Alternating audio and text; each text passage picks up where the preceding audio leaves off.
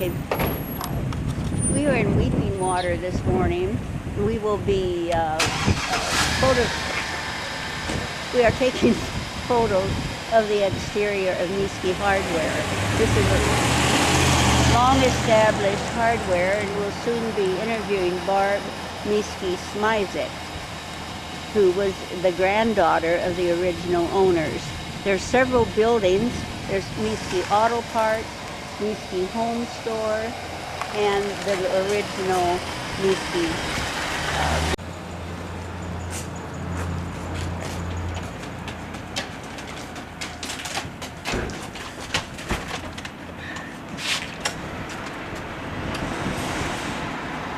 building.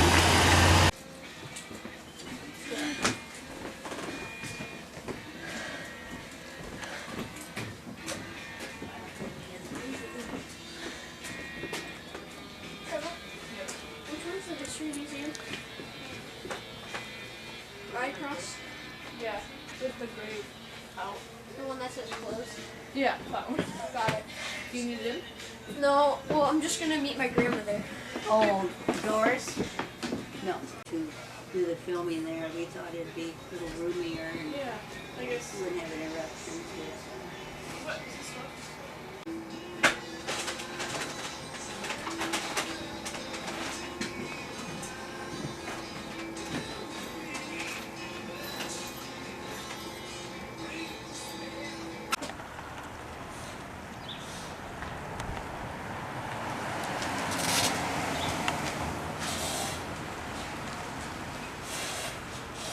Someone who comes.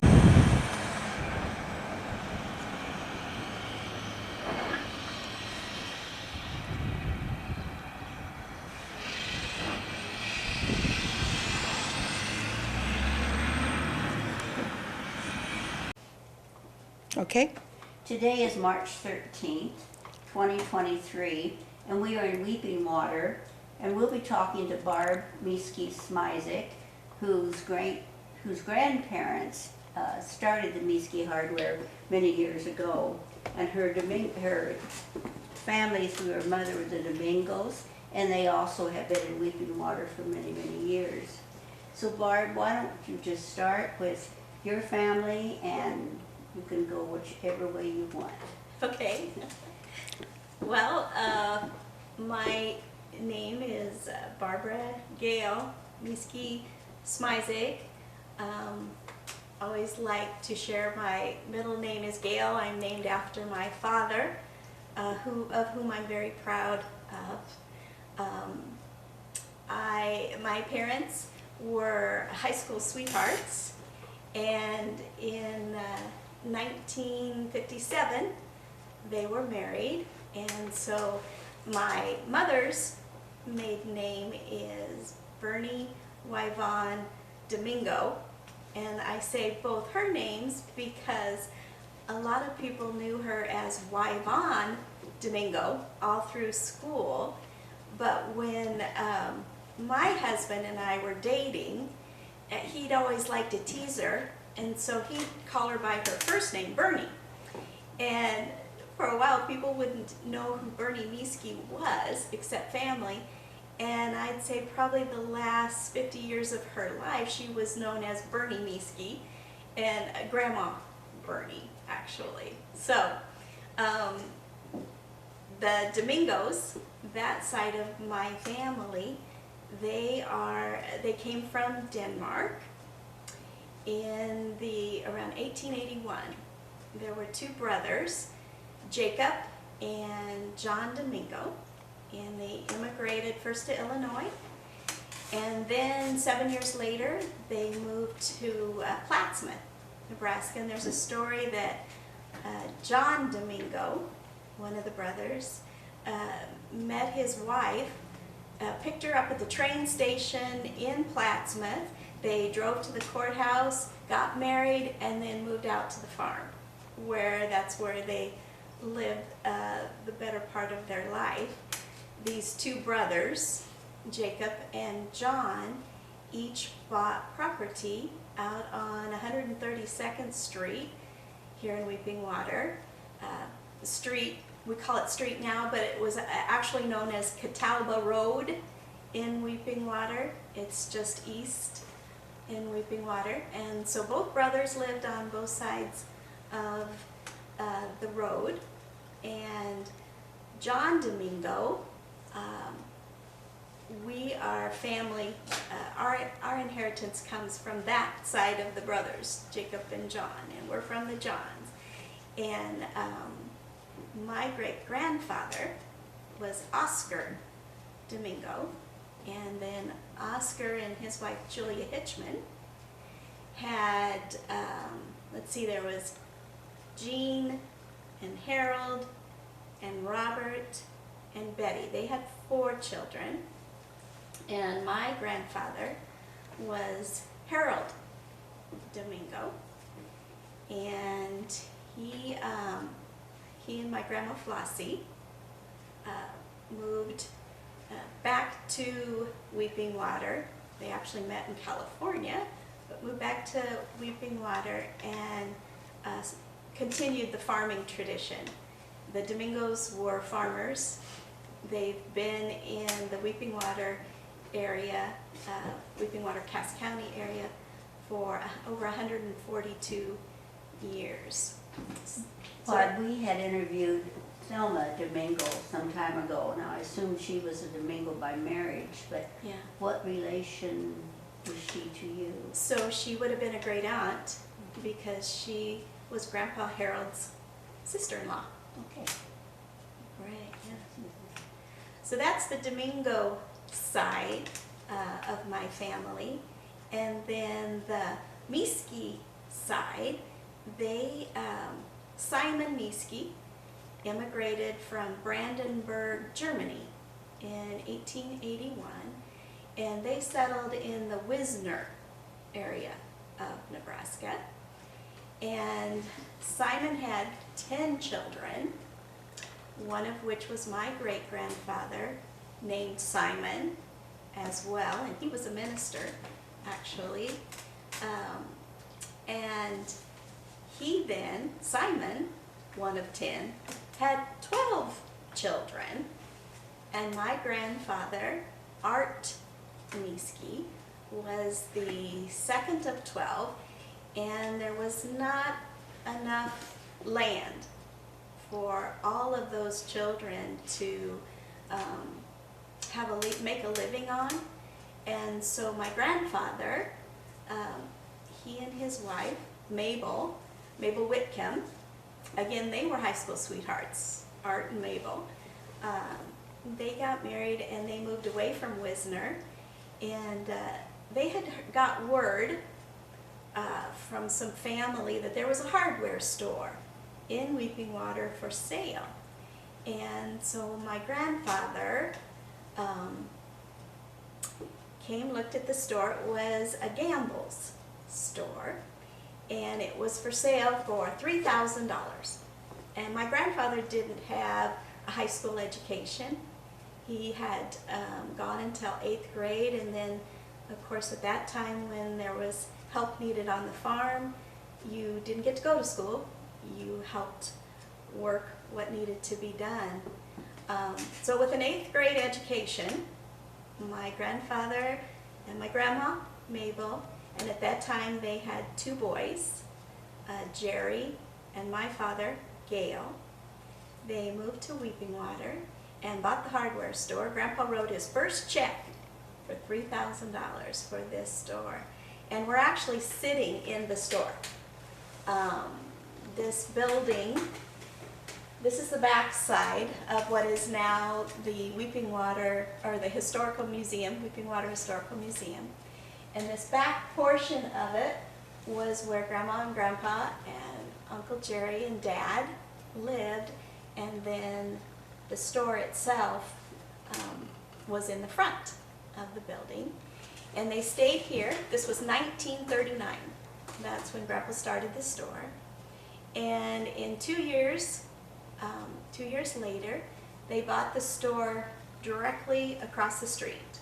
And it was an existing hardware store. Moved everything over there. And in 1948, they had their grand opening at the hardware store there. And now the store is 83 years old. There's been 4 generations of Meeskes in that, to grow up working in that hardware store. My grandma and grandpa had 4 boys. Jerry, he was an over-the-road truck driver for a long time. My dad, and Dad has worked here other than about maybe 4 or 5 years of his life when he was actually the Tom's Roasted Peanuts manager in Omaha, Nebraska. And it was always fun growing up because when we lived in Omaha and Dad was the candy manager, our basement was a candy warehouse, and that was fun. So Jerry, my dad, and then Uncle John, and John started out as a history teacher, and then he went into banking, and he retired as the vice president of the Murray Bank. And then Uncle Tom. And Tom went to the university to become an architect, but when my grandfather, Art Meeske, had a heart attack, he left school, came back to run the hardware store. So Gail and Tom were really the family members that ran the store. Right, right. In 1964 is when Dad came back from Omaha, left the Peanuts Company, came back, and yes, and then he and Tom started running it. Yeah, I think I told you, Barb, that Barb doesn't remember, but I met Barb when she was a toddler because my late husband, Bill McCormick, worked for her dad for the Tom's Peanut Company, and he had to purchase this big silver enclosed truck, and it also was a candy store for the neighborhood, or they thought it was, but it wasn't. But it was always fun for the kids to show off all this candy for her. And I can remember really being very fond of your parents. They were very nice people. Oh, thank you. Yeah. Yeah. So they moved across the street Right. in 1948 with the But grand opening. 1942, and then they 42. had, several years later, had a big grand opening. And what happened to this building? Do you recall? Well, what I recall, having grown up in Weeping Water most of my life, all I can remember it being was the Republican, the Weeping Water Republican, which was our newspaper. So there was a printing press back here, and yeah, we brought our local news over here. And to my knowledge, that's what it was most of the time. It might have been something else. After that, I don't know. So, but the hardware store just grew. In 1972, my dad and Uncle Tom bought the hardware store from Grandpa and Grandma. And my grandpa's advice to them when they bought it was, boys, keep your money on the shelves. They weren't to take the money out, they were to buy more inventory. And so that's kind of how we have, if you will, gleaned the reputation of having so much inventory. Our customers came up with the motto, if Meeskes don't have it, you don't really need it, just because we had so much. Uncle Tom used to call it organized chaos, and I would agree with that. We got so much. There was a time when we were selling carpet and linoleum, and of course we've always had grade A bolts, the really big bolts, because we have to provide what the quarries need. You know, Weeping Water is the limestone center of the nation, and so with having 5 quarries at one time, we had to provide a lot of big hardware and things like that. But we also carried things like ladies' wigs and ladies' nylons, and then we got into appliances and housewares and toys. And my dad always felt like if Weeping Water, if a store closed, say the drugstore closed, well, then we needed to start carrying Band-Aids and Vaseline and triple biotic and all those kinds of things because our people needed it. That was always their philosophy, is to provide what the community needs. And I think my dad, I can remember as a child many times the phone would ring at 1 or 2 o'clock in the morning and Dad would get up and drive into town because something had broken in the city, or a quarry was broken down and they couldn't move forward. They were 24/7, meet the needs of the community, which I was very proud that they have been that way. And back in the day, they only got one truck, and that might have been maybe once every 2 weeks they would get a truck. And so you had to order a lot of inventory and keep it on hand. You didn't want to run out. And now our philosophy has changed somewhat because we get 3 or 4 trucks a week. So if you need something, we can have it within a couple of days. So we don't need as much inventory, but we want to keep what we've had. We want to continue to keep for our customers. Okay, your immediate family, Gail and Yvonne, so you are the oldest child? I am. And your siblings? So I have 2 little brothers, Terry and Marty. Terry has purchased the auto parts store at the CarQuest here in Weeping Water, and he's had that for 38 years. And he married Chris Anderson, and she's been a school teacher for 30 years, and they have 4 children. And they're here in Weeping Water. And then my little brother Marty, he's had his own trim carpentry business. He's a sole proprietor, works by himself for 32 years, Meeske Trim and Carpentry. And he and his wife Tina, she's a beautician in Lincoln. They've had, like I said, 32 years in Denton. They live in Denton, Nebraska. And they have 2 children and their first grandbaby on the way. So are they involved at all in the store, the operation, or that might be technical? Well, you know, since sadly, Uncle Tom, Tommy was never married, and Tommy had a massive stroke in 2014, and he lived at the Good Samaritan in Syracuse since 2014, and he just died in October of 2022, and leaving Dad. And then my mom passed in 2020, December of 2020. And then my dad's health. He's been a very healthy man up until 2021, and since then he's 85, and he now lives in an assisted living in Lincoln.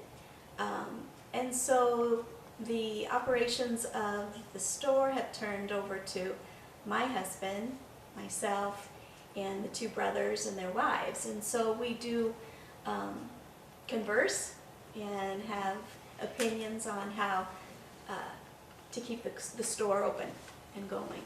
So. And we have family work days too. I will share that.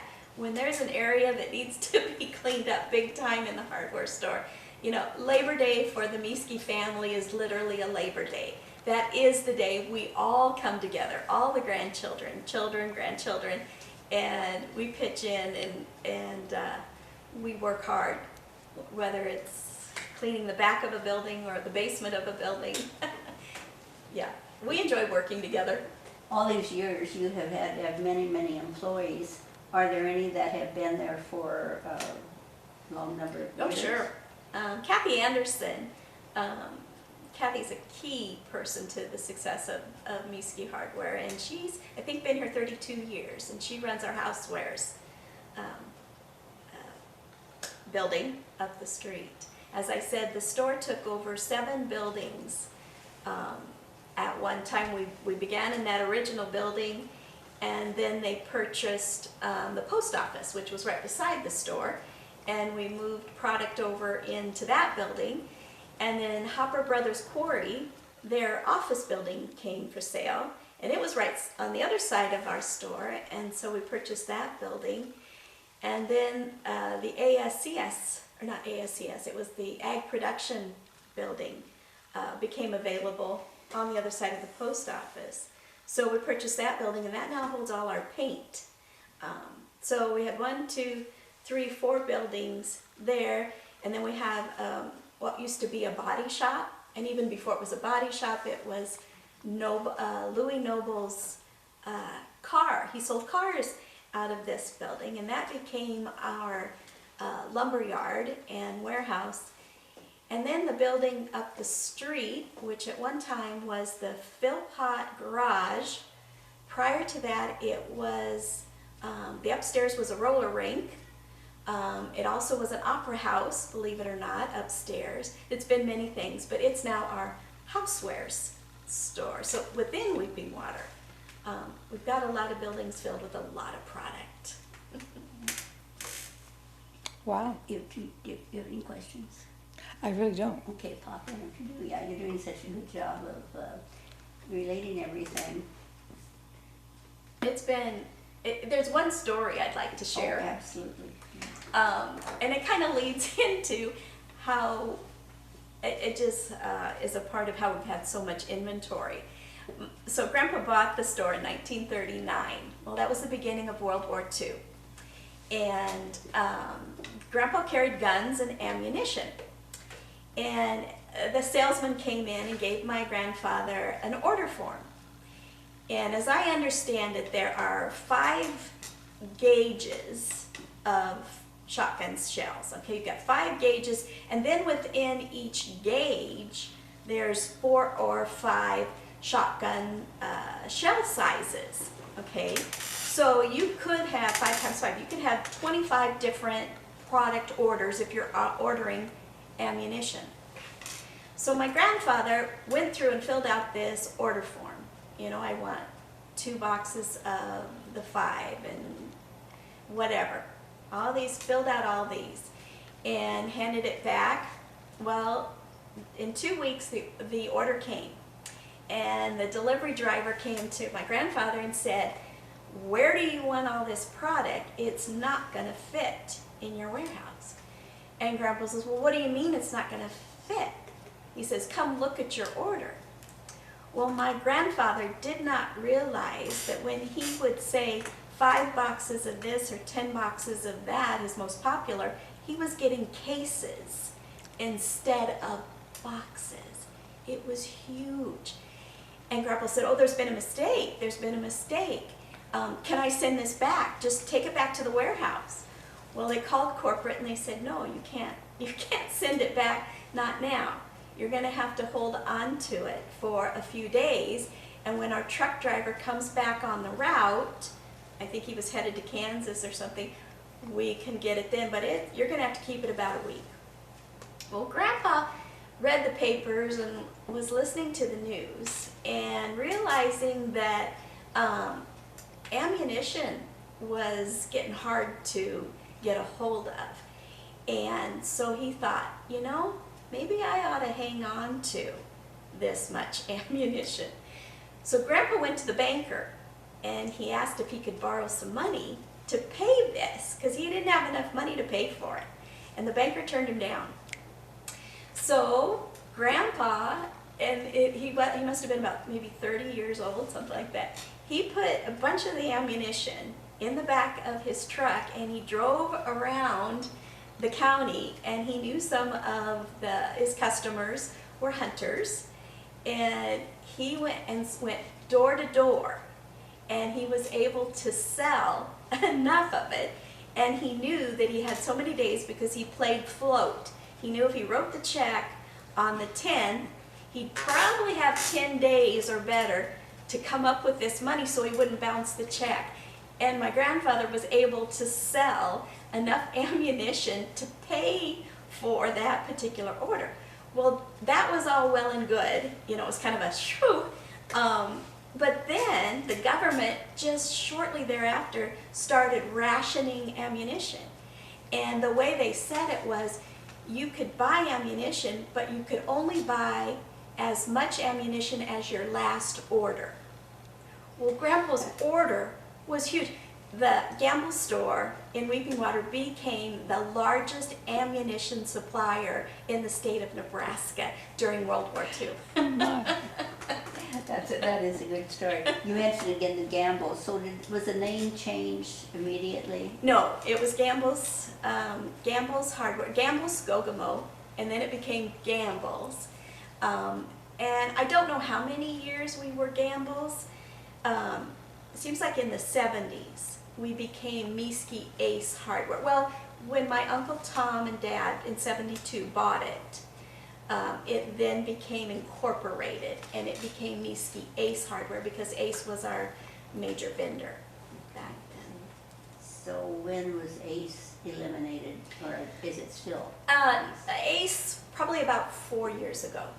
And yeah, we still have a lot of different vendors. We're Hardware Hank, we're United Hardware, we're Do It Best Hardware, we're Orgo. We have a lot of suppliers only because we want to get the best price and the best product for our customers.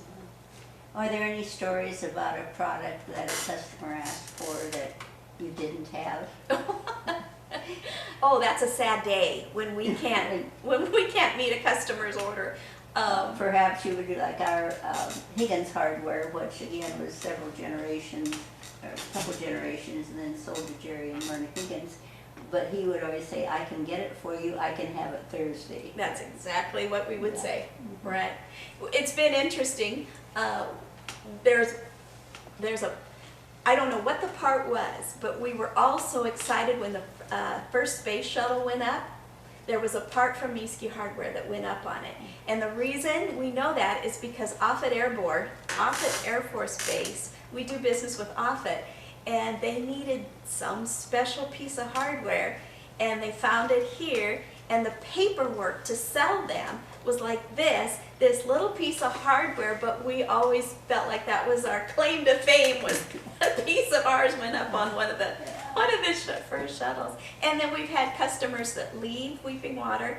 Well, we have one woman that lives in Hawaii, and she thought our bean hooks were the best bean hooks. They didn't know about bean hooks in Hawaii, so we've had to ship things to Hawaii. We have a customer in Florida that buys a product every year just from us, and so we ship it down to Florida for them.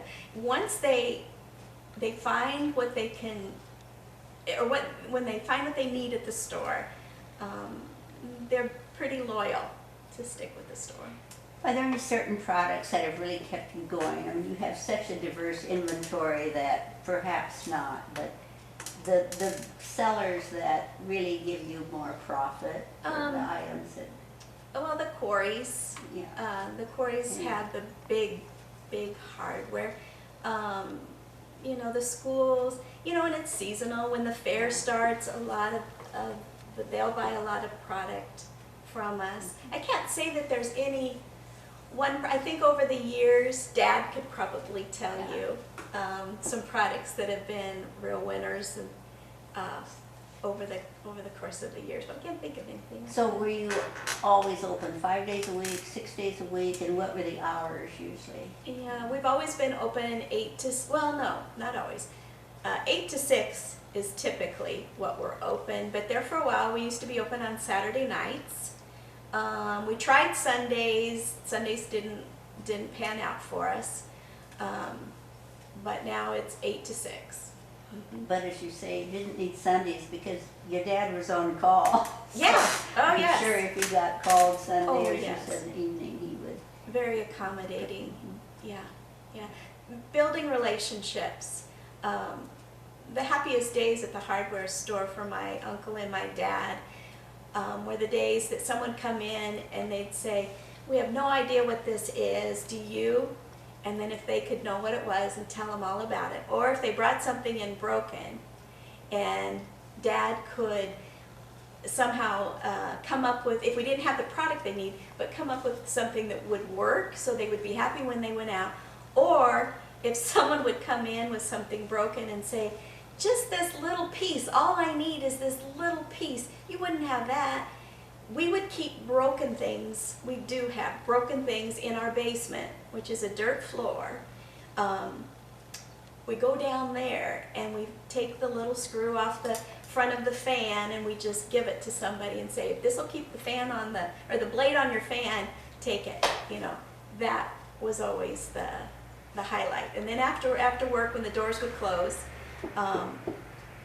that's what they would talk about, was the successes of the day. You mentioned appliances earlier. Were you just talking about small appliances Oh, no. that you carried? No, we had washers, dryers, stoves, freezers. Oh yes. In fact, they were up at the house, what's our houseware store now? No, actually, they were in the back of the main, because my brother and I used to play hide and seek in them sometimes. And do you still carry? No, we don't have appliances. We have microwaves, that's about the most. Mm-hmm. Yeah. Small fans or Yes, we have that. Big heaters, small fans, yeah, great big Mixers. fan, mixers, yeah. Mm-hmm. okay, you mentioned that your brother bought the auto parts and that is his store. Tell us about the home goods store that we visited earlier. Well, up there we got into clothing up there, so we carried Dickie and Carhartt jeans up there, and Carhartt jackets. We got into muck boots, Georgia boots. Up there you can find sporting goods, toys, plastic products. We're just this week moving all our pet supplies up there and our bird seeds and things like that. Because we have a pet store, a pet groomer here in Weeping Water now, we're hoping that as they come to the pet groomer, which is only 2 doors down from us, they'll stop in to purchase pet supplies. So.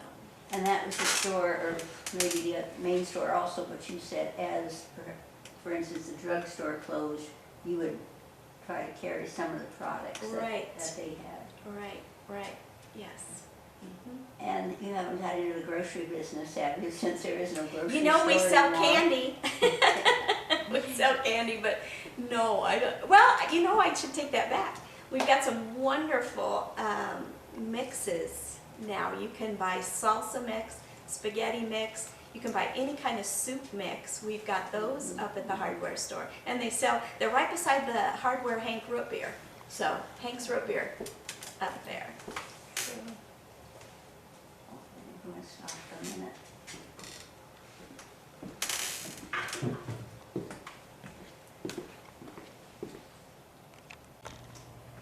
Okay, Barbie, why don't you tell us a bit about yourself and well, I think the one thing about my life is I have felt very blessed to have grown up in a family that was very close and had a very strong work ethic, and I think myself and my brothers have very much benefited with a hard work ethic and understanding that life is about serving others. And when I was 12 years old, I understood a calling that at age 45 I was to go to work for the Lord. And so in the back of my mind, I always knew that I wanted to become a minister, but that it wasn't going to be something I wanted to do right away in my life. I married my high school sweetheart, and I very much wanted to be a mother. And so after I went to the University of Nebraska in Lincoln, and then my husband and I got married, and we had 2 children actually we had 3.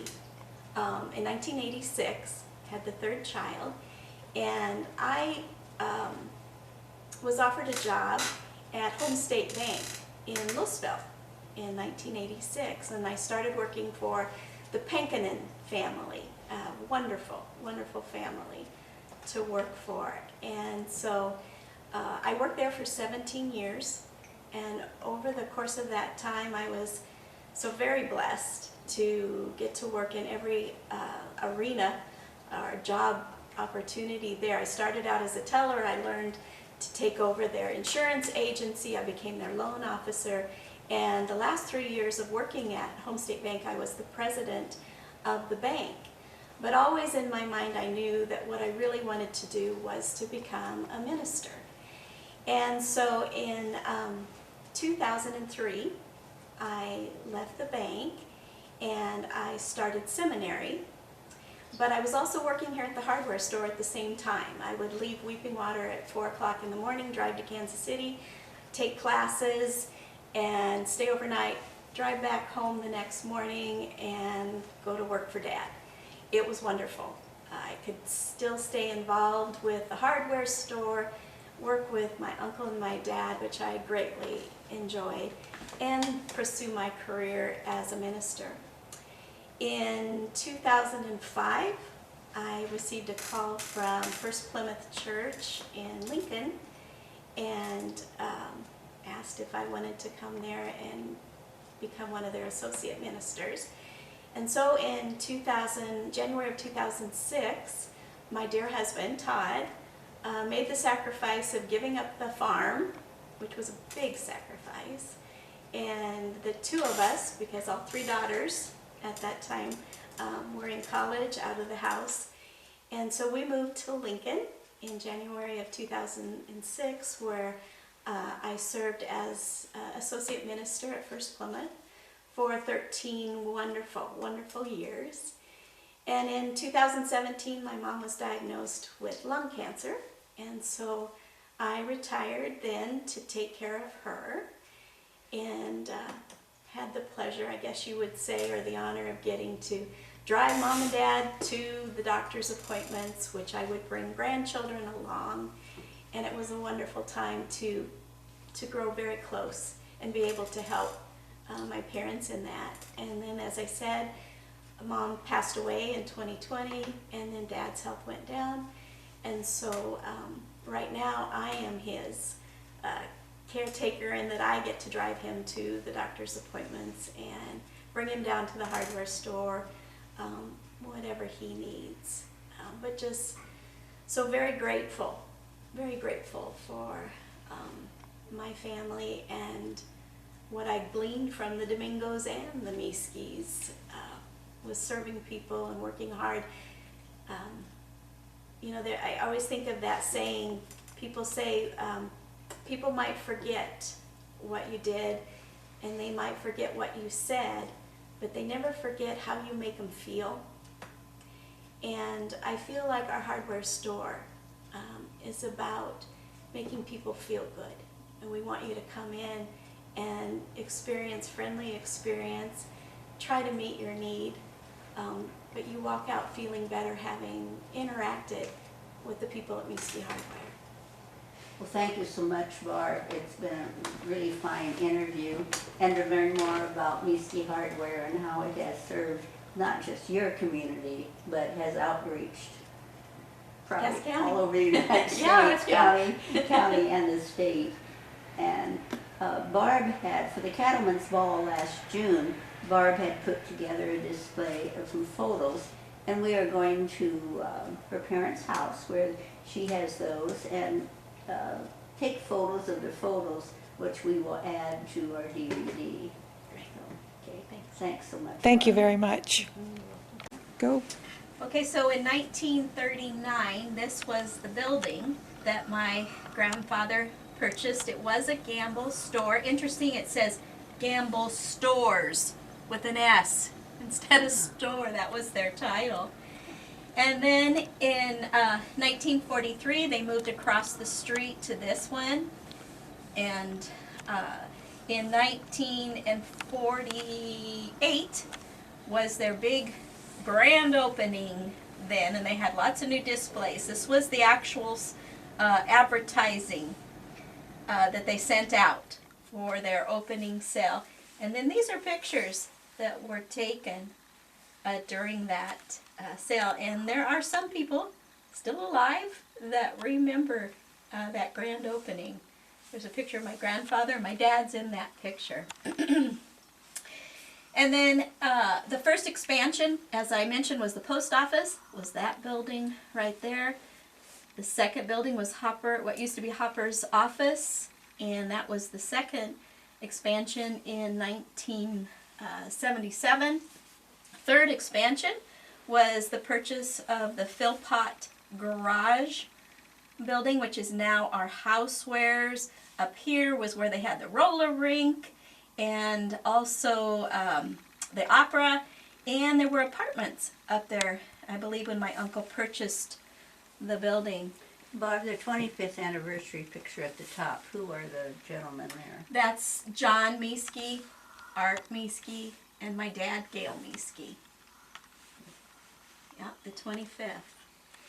Then in 1990, they put a new awning on the store that covered all three of those buildings. These are a picture of the four boys, as I mentioned, Jerry, and then Gail, John, and Tommy. So the third expansion was the Philpott Garage. The fourth expansion was the purchase of, at the time, Neil's Body Shop in 1988. So this is what is now our lumber yard, basically. And then the fifth expansion, which is now our paint room, that was in 1999. It was the Production Credit Association office. You see these different articles here. The store has been written up in Nebraska Life magazine a couple of times, and it seems like with every 25th anniversary of some sort, there is an article in the Lincoln Herald about, or the Lincoln Journal-Star, about the store.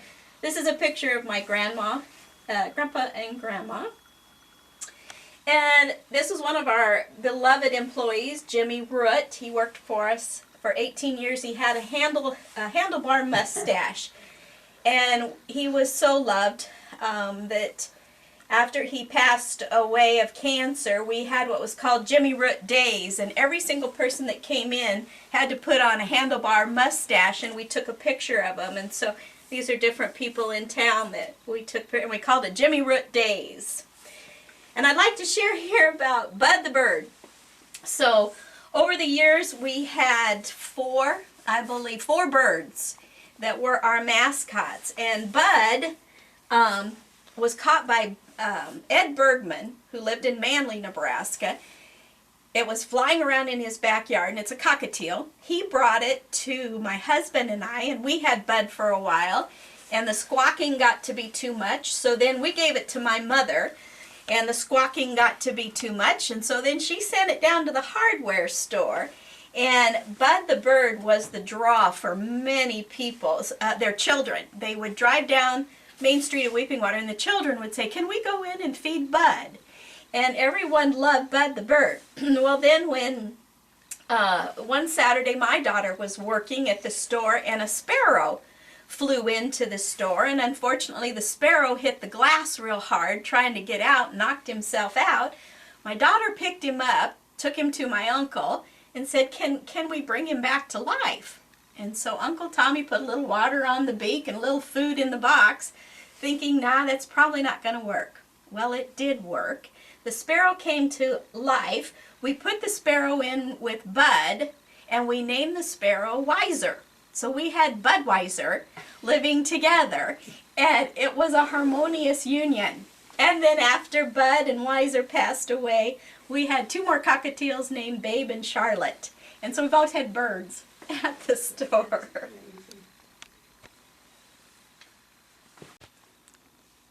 And what do I have here, Barbara?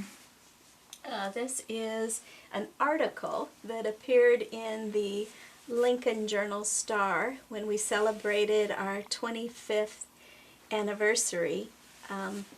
Part of it are the quotes. 75th. Yeah, 75th. These are some of the quotes that were made about the store. That's my father holding a huge bowl up against a huge nut there. Oh, I see. Mm-hmm. And this is the 80th anniversary, Barbara? Yes, in 2019 we did a surprise for my father. He thought he was going out for dinner, but it was a surprise birthday party for him as well as a celebration of 80 years. It was the last time that Uncle Tom was able to come out of the care center, and all three brothers, Tommy, John, and my dad, were together. So in 2004, the Livingston Lumber Yard came up for sale in Murray, Nebraska, which is only 10 minutes away from Weeping Water. And again, Dad and Tom didn't want Cass County to be without lumber, and so they purchased the lumber yard in hopes that they could move some hardware over there and some lumber over to Weeping Water. And this picture here is of the we had a big 65th anniversary, and we had a barbecue over at, they called it Murray Building and Supply. And here's the float that we had for that celebration.